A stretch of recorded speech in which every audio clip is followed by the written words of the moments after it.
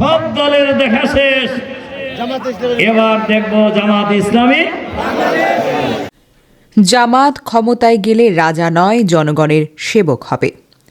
বাংলাদেশ জামায়াতে ইসলামের কেন্দ্রীয় সহকারী সেক্রেটারি জেনারেল ও জামায়াতের কেন্দ্রীয় ছাত্র শিবিরের সভাপতি মাওলানা রফিকুল ইসলাম খান বলেছেন, আমাদের হাতে দেশ পরিচালনার দায়িত্ব দেয়, আমরা রাজা হব না, আমরা রাজা হব না, জাতির সেবক হব।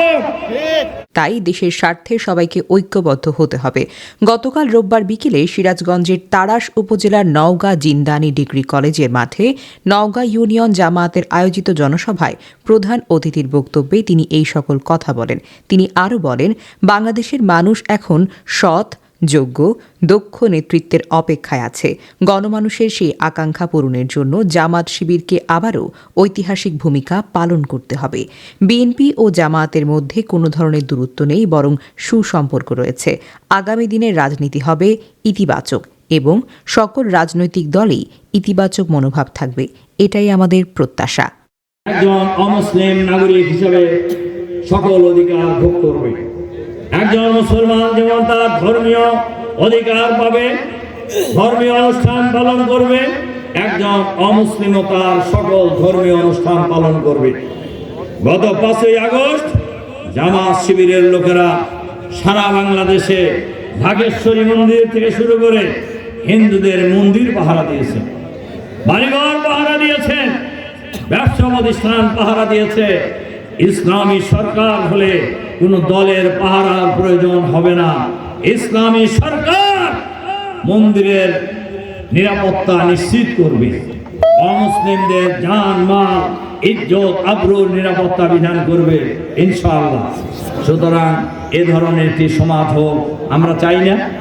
কারা কারা চান হাত তোলেন দিই, আমরা এই ধরনের একটি সমাজ চাই।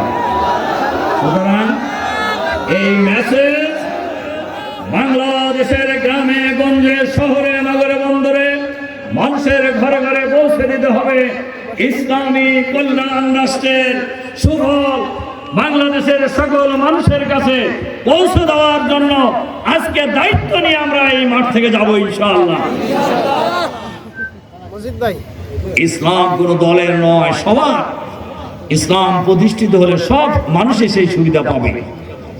আমরা এই বাংলাদেশকে সেই ধরনের একটি সমাজ ব্যবস্থা উপহার দিতে চাই।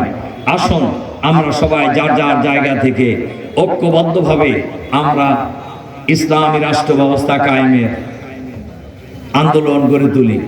একটা কথা বলি, শেষ করেই দিছিলাম।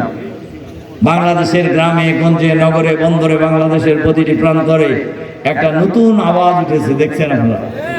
সব দলের দেখা শেষ, এবার দেখবো জামাত ইসলামী। এই আওয়াজ উঠছে না? এই আওয়াজকে মানুষের কর্ণ করে ব্যাপকভাবে পৌঁছে দিতে হবে। আমরা যদি আল্লাহ তাআলা এই দেশের মানুষ যদি আমাদের হাতে দেশ পরিচালনার দায়িত্ব দেয়, আমরা রাজা হব না, আমরা রাজা হব না, জাতির সেবক হব। আমরা কাউকে প্রজা বানাবো না। এই দেশ কারোর বাপ দাদার পৈতৃক সম্পত্তি নয়। এই দেশ কারোর অরিস সূত্রে মালিকানা নয়। এই দেশ 18 কোটি মানুষের দেশ। এই দেশ পরিচালনা করবে 18 কোটি মানুষ ইনশাআল্লাহ। এই ধরনের শাসন ব্যবস্থা, এই ধরনের একটি রাষ্ট্র ব্যবস্থা কায়েম করার জন্য জামাত ইসলামী লড়াই করছে, সংগ্রাম করছে। আমি আপনাদেরকে সেই সংগ্রামে আপনাদের সাথে চাই। আমরা আপনাদেরকে পাশে চাই, আমরা আপনাদের সাথে চাই, আপনারা আমাদের সাথে থাকবেন ইনশাআল্লাহ। ইনশাআল্লাহ সকলকে আজকে প্রয়োজন সবচেয়ে জাতীয় ঐক্যের। আজকে প্রয়োজনীয় সংস্কার করে আগামী দিনে একটি কেয়ারটেকার সরকারের অধীনে নিরপেক্ষ নির্বাচনের মধ্য দিয়ে নির্বাচিত সরকারের হাতে ক্ষমতা হস্তান্তর। জামাত ইসলামী একসাথে সংস্কারের পক্ষে, জাতীয় নির্বাচন সময় মতো করার পক্ষে। কাজে আসুন আমরা ঐক্যবদ্ধভাবে আগামী দিনের দেশটাকে সুন্দর সমৃদ্ধ দেশ হিসেবে গড়ে তোলার যে আন্দোলন লড়াই সংগ্রাম চলছে সেই সংগ্রামে সকলকে নিয়ে এগিয়ে যাই। আল্লাহ আমাদের সেই তৌফিক দান করুন।